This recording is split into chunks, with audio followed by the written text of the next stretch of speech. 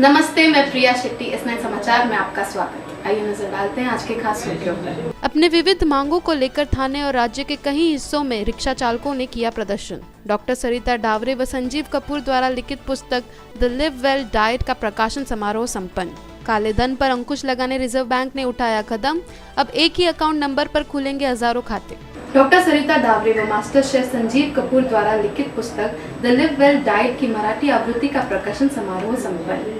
Doctor सरिता व master chef Sanjeev Kapoor द्वारा लिखित पुस्तक द लिव वेल डाइट का मराठी आवृत्ति का प्रकाशन सोमवार को मुलुंड के महाराष्ट्र सेवा संघ में आयोजित किया गया। हिंदी फिल्म जगत के प्रसिद्ध नामी अभिनेता पद्मश्री परेश रावल व संगीतकार प्रीतम व गायक हरिहरन के हस्ते पुस्तक का प्रकाशन किया गया। पुस्तक के प्रकाशन के बाद संजीव कपूर, डॉक्टर सरिता डावरे, परेश रावल के साथ अभिनेत्री स्वरूपा संपत ने पुस्तक को लेकर संवाद किया। मौजूद वाचकों को डॉक्टर डावरे व संजीव कपूर से प्रश्न पूछने का अवसर प्राप्त हुआ। द लिव वेल डाइट यह जीवन शैली पर आधारित और अच्छे जीवन जीने का पाठ्य पुस्तक है। जो लोग अपने हेल्थ, अपने बॉडी स्ट्रक्चर को लेकर ज़्यादा चिंतित होते हैं, उनके लिए यह पुस्तक एकदम लाभदायक है। यह पुस्तक डाइट के विषय पर लोगों को गैर समझ को निश्चित रूप से दूर करता है और निरोगी और खुशहाल जिंदगी बिताने का टिप्स भी देता है। डॉक्टर डावरे के अनुभव अनुसार बताए आसान व असरदार डाइट और व्यायाम के योग्य तंत्र, उनके साथ ही संजीव कपूर का परखा हुआ स्वादिष्ट परंतु पौष्टिक डाइट व कम कैलोरीज पदार्थ यह पुस्तक की खासियत है। आसान, स्वादिष्ट, पौष्टिक, झटपट और सहज उपलब्ध होने वाली सामग्री से बनने वाली यह पाक कला है जो अपने रोज़मर्रा खान पान में भारी बदलाव कर अपना आरोग्य किस तरह से संभाल सकते हैं, इसका उल्लेख इस पाक कला में समझ आता है। वजन कम करने और चटपटा वस्तु खाने से शरीर में होने वाले नुकसान की भरपाई कैसे करने का जिक्र भी इस पुस्तक में किया गया है। इस पुस्तक के जरिए वजन नियंत्रण रखने के साथ अपने जीवन शैली को देखने का जरिया पूर्ण रूप से बदल देता है। डाइट जो बुक है, नाम से ही बिल्कुल क्लियर हो जाता है कि जो अगर अच्छे से जीना है तो उसका पूरा किस तरह से हिसाब किताब क्या होना चाहिए वो इस किताब के अंदर बंद है। तो जो डाइट का मतलब ये है कि आपका खाना किस हिसाब से होना चाहिए, और जो खाना है उसमें हमें ऐसा लगता है कि शायद दाल रोटी चावल या सैलेड या ये चीज़ें, एक्चुअली जो चीज़ें हम कंज्यूम करते हैं, जो कई बार हम भाव कंज्यूम करते हैं, कई बार इमोशन कंज्यूम करते हैं, कई बार हवा कंज्यूम करते हैं, तो उसका सारा निचोड़ भी इसके अंदर है। मतलब कि ऐसा नहीं है कि इसके अंदर सिर्फ रेसिपीज़ हैं, इसके अंदर ये कि आपको एक्सरसाइज कितनी ज़रूरी है, किस तरह से आपको अगर अच्छा जीना है तो उसके लिए क्या क्या करना चाहिए, वो पूरा प्लान इसके अंदर है। और मेरे ख्याल से ये जब बुक लॉन्च हुई थी तो शायद इसीलिए बेस्ट सेलर बनी कि बड़े सहज रूप से, आसान तरीके से इसके अंदर सारी चीज़ें बताई गई हैं। और जो सबसे ज़रूरी चीज़ होती है किसी चीज़ में क्रेडिबिलिटी, कि इसके अंदर लोगों ने किस तरह से फील किया इस फ़िलॉसफी को अपना के, जो डॉक्टर डावरे की जो फ़िलॉसफी है उसको यूज़ करके उनको क्या फ़ायदा हुआ, वो सारा कैप्चर किया हुआ है। और मेरे ख्याल से पूरे एक ऑनेस्ट तरीके से ये किताब हुई है कि ये आजकल, क्योंकि आप ज़िंदगी में देखते हैं कि बहुत सारी चीज़ें होती हैं जो मार्केटिंग होती है, लेकिन मेरे ख्याल से ये जो किताब है ये एक सच्चाई का प्रतीक है। संगीतकार प्रीतम, गायक हरिहरन, अभिनेता परेश रावल, सुनील बर्वे, प्रदीप वेलनकर, अभिनेत्री स्वरूप संपत आदि मान्यवर उपस्थित थे। Upesh Shirwadkar, S9 news, Mumbai. अपनी विविध मांगों को लेकर पूरे राज्य सहित थाने में भी परिवहन कार्यालय के समक्ष रिक्शा चालकों का प्रदर्शन। मुंबई सहित राज्य के लाखों रिक्शा चालकों ने अपनी मांगों को लेकर सभी परिवहन कार्यालयों के समक्ष प्रदर्शन किया। आज थाने के परिवहन कार्यालय के सामने भी रिक्शा कृति समिति के नेतृत्व में हजारों रिक्शा चालकों ने परिवहन कार्यालय के सामने अपनी मांगों को लेकर विरोध प्रदर्शन किया। आज पूरे महाराष्ट्रभर धरना आंदोलन शुरू है।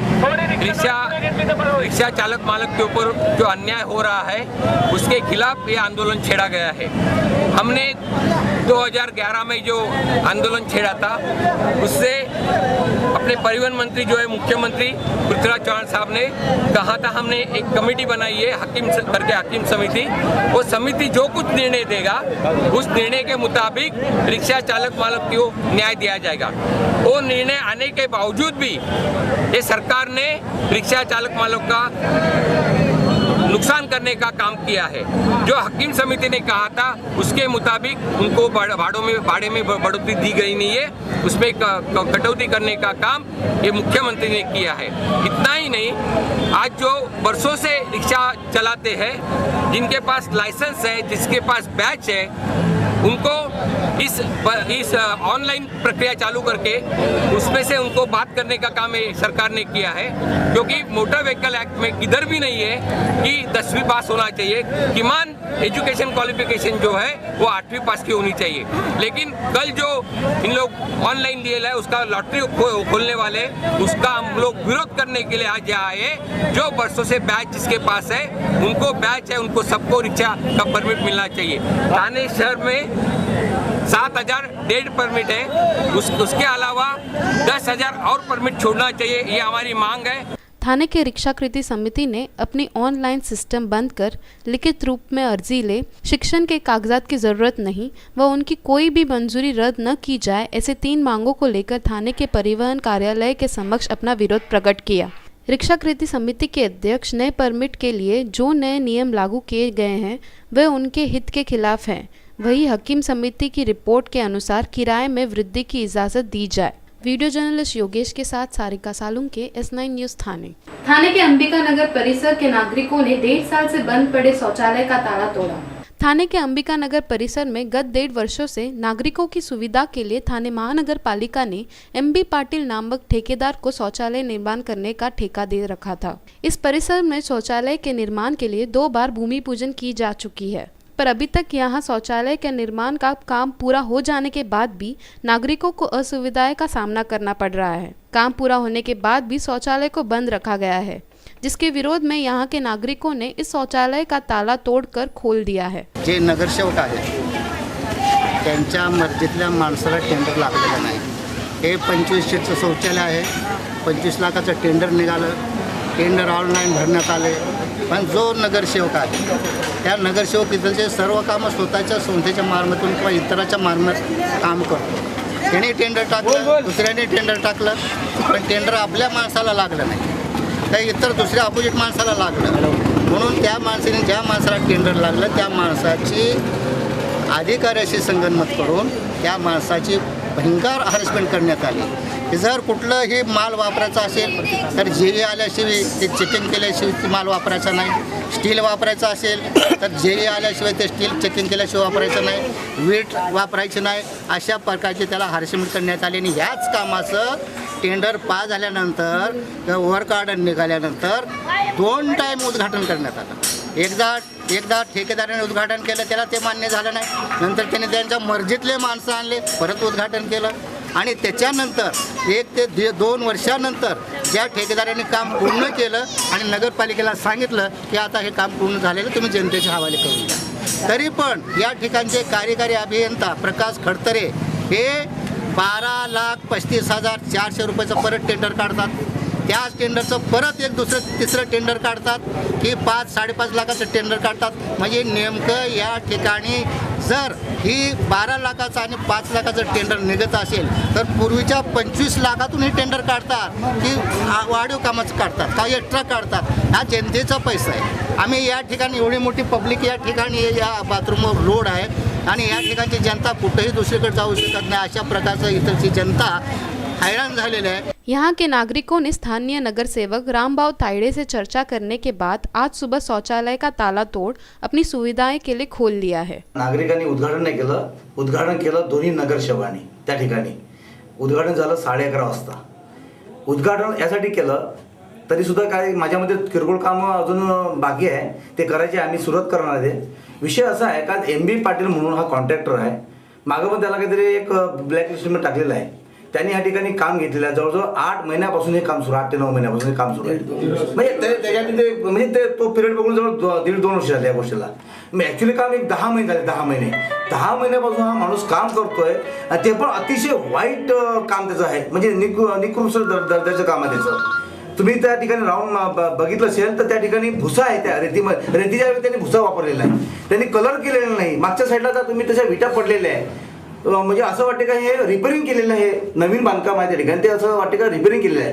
तरी सुद्धा आम्ही म्हटलं का चला हरकत नाही, मराठी माणूस आहे, हरकत नाही. आम्ही दोघांनी त्याला सांभाळलेलं आहे का बाबा लवकर चालू कर, चांगलं काम कर. त्या माणसाने काही केलं, शेवटी त्या माणसाने राजकारण केलं. कोण तो उबाळे, मला माहित नाही, तो उबाळे राष्ट्रवादी काँग्रेसचा आहे म्हणतात तो, त्याला घेऊन उद्घाटनाच्या तयारीत होता तो माणूस.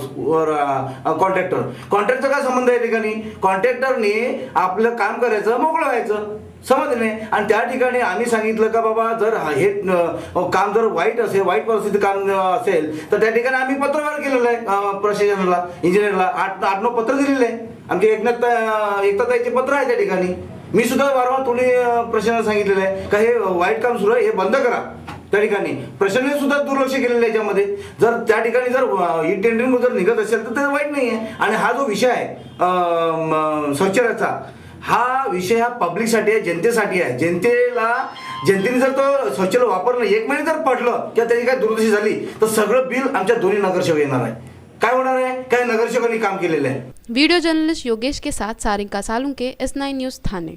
S9 समाचार में वक्त हो चला है छोटे से विश्राम का.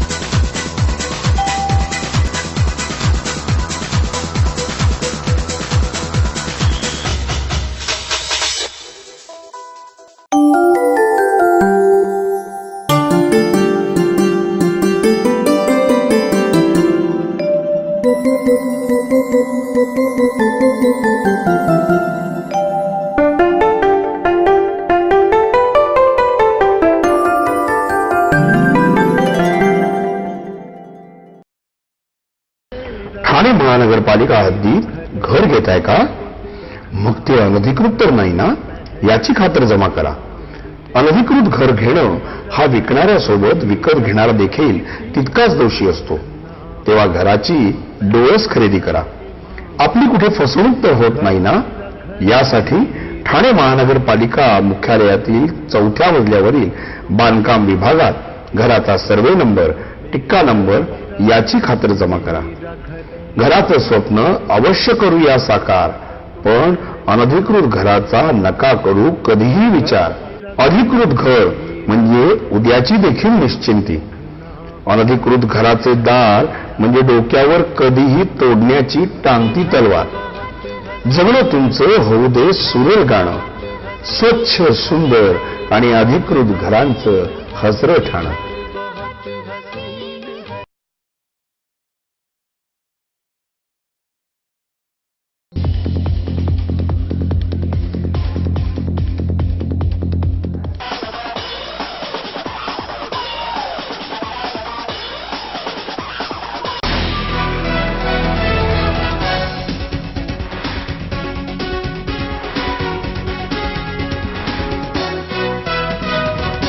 S9 समाचार में आपका फिर से स्वागत। एक ही अकाउंट नंबर पर खुलेंगे हजारों खाते, अब लगेगा काले धन पर अंकुश। काले धन पर अंकुश लगाने के लिए भारतीय रिजर्व बैंक ने नई पहल की है। सभी बैंकों को निर्देशित किया है कि अपने खाताधारक को सिर्फ एक यूनिक कस्टमर आइडेंटिफिकेशन कोड निर्धारित करें। ग्राहकों के विभिन्न बैंक के अकाउंट का नंबर एक ही होगा। इस प्रकार ग्राहक अपनी पहचान KYC अभिलेखा के आधार पर एक ही बनाए रखेगा। एक से ज़्यादा अकाउंट के ग्राहकों को सभी खातों का विवरण एक फॉर्म में भरकर जमा करने पर उनको यूनिक कस्टमर आइडेंटिफिकेशन कोड मिलेगा। इससे खाताधारक के अकाउंट नंबर पर एक क्लिक करते ही जमा व निकासी का पूरा ब्यौरा सामने आ जाएगा।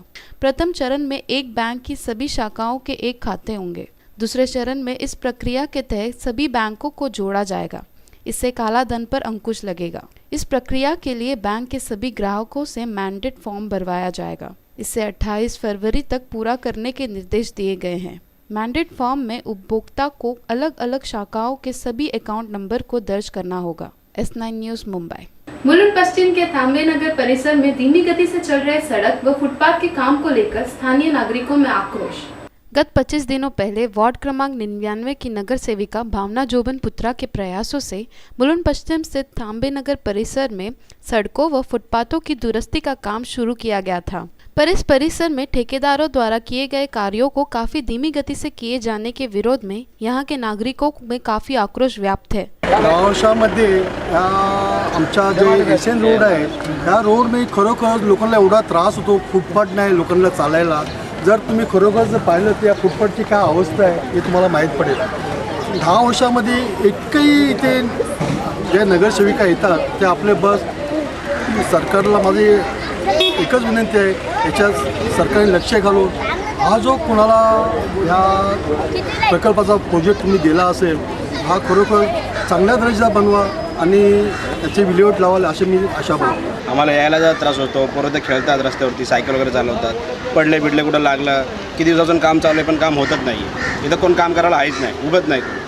बघतो आम्ही 10 दिवसापासून कामच होत नाही आहे, येतात फक्त खंदाताने जातात, बस तेवढंच काम झालं। अजून आता पुढं काय काम झालेलं नाही आहे। झालं पाहिजे ना पटापट काम, नाही तर लोकांना त्रास होतोच आहे, पार्किंगला त्रास होतो आहे, गाड्या वगैरे यायला जायला त्रास होतो आहे। त्यांना सांगा असं की पटापट काम झालं पाहिजे म्हणून, त्रास होते सगळ्या गोष्टींसाठी। महाराष्ट्र नवनिर्माण सेना के उप विभाग अध्यक्ष राजेंद्र देशमुख ने इस परिसर का दौरा कर आरोप लगाया है कि इस वार्ड की नगर सेविका सिर्फ नारियल फोड़कर काम शुरू करती है, पर बाद में काम किस गति में चल रहा है उस पर ध्यान तक नहीं देती, जिसकी वजह से स्थानीय लोगों को परेशानियां होती है। आज आम्हाला या ठिकाणी खरोखरच एक निंदनीय अशी गोष्ट या ठिकाणी पाहायला मिळाली। आज या ठिकाणी जवळजवळ 40-50 हजाराची वस्ती आहे। या ठिकाणी आपण पाहत असाल या ठिकाणी गटारं आहेत, भिंतीच्या या सोसायटीच्या बाजूला गटारं आहेत। या ठिकाणी मुलं संध्याकाळच्या वेळात सकाळच्या वेळात खेळत असतात। जर एखादा मुलगा त्या गटारामध्ये जर पडला तर त्याची जबाबदारी कोण घेणार? नगरसेविका घेणार का या ठिकाणी असणारे टिवाड विभागाचे अधिकारी घेणार? आज या ठिकाणी पाहिलं असेल 15 दिवसापूर्वी नगरसेविकेने या ठिकाणी नारळ फोडून गेली। नारळ फोडल्यानंतर त्यांनी तिथे काहीच काम केलं नाही, मग नागरिकांनी जायचं कोणाकडे? आज या ठिकाणी एवढा मोठा त्रास या ठिकाणी शाळेतून बिचारा माझ्या माता भगिनी मुलांना घेऊन जात असतात, जाता त्यांना खड्ड्यांमधून प्रवास करावा लागतो। आज 15 दिवसानंतर देखील या ठिकाणी काम चालू झालेलं नाही, मग याची जबाबदारी कोण घेणार? म्हणजे नगरसेविकेला फक्त नारळ फोडणं एवढंच काम दिले का? पुढचे प्रोसेस कोणी करायचे असतात का पब्लिकने करायचे? आज या ठिकाणी नागरिकांना एवढा त्याचा त्रास सहन करावा लागत आहे, ते वैतागलेले आहेत का आम्हाला तेही सांगतात या ठिकाणी येऊन की या ठिकाणी फक्त ती नगरसेविका नारळ फोडून जाते, बाकी काम कोण करणार? आणि म्हणून आज आम्ही या ठिकाणी मनसेच्या वतीने त्या नगरसेविकांना आणि प्रशासनाला या ठिकाणी इशारा देऊ इच्छितो की येत्या 4 दिवसाच्या आतमध्ये या ठिकाणी जर काम चालू झालं नाही तर मनसेच्या या ठिकाणी आंदोलनाचा इशारा आमच्या पक्षाच्या वतीने त्यांना देण्यात येणार आहे। वीडियो जर्नलिस्ट सिद्धार्थ के साथ मयूर गाग, S9 न्यूज़ मुंबई। S9 समाचार में वक्त हो चला है छोटे से विश्राम का।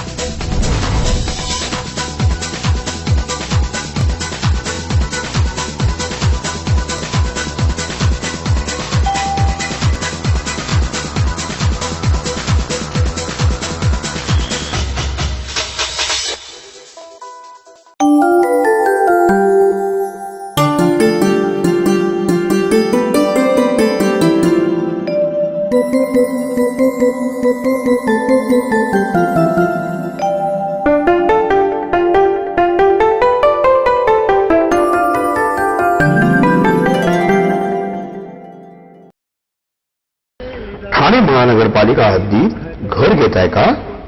मग ते अनधिकृत तर नाही ना, याची खातर जमा करा. अनधिकृत घर घेणं हा विकणाऱ्यासोबत विकत घेणारा देखील तितकाच दोषी असतो. तेव्हा घराची डोळस खरेदी करा. आपली कुठे फसवणूक तर होत नाही ना, यासाठी ठाणे महानगरपालिका मुख्यालयातील 4थ्या मजल्यावरील बांधकाम विभागात घराचा सर्वे नंबर, टिक्का नंबर याची खातर जमा करा. घराचं स्वप्न अवश्य करूया साकार, पण अनधिकृत घराचा नका करू कधीही विचार. अधिकृत घर म्हणजे उद्याची देखील निश्चिंती. अनधिकृत घराचे दार म्हणजे डोक्यावर कधीही तोडण्याची टांगती तलवार. जगणं तुमचं होऊ दे सुरेल गाणं, स्वच्छ सुंदर आणि अधिकृत घरांचं हसरं ठाणं.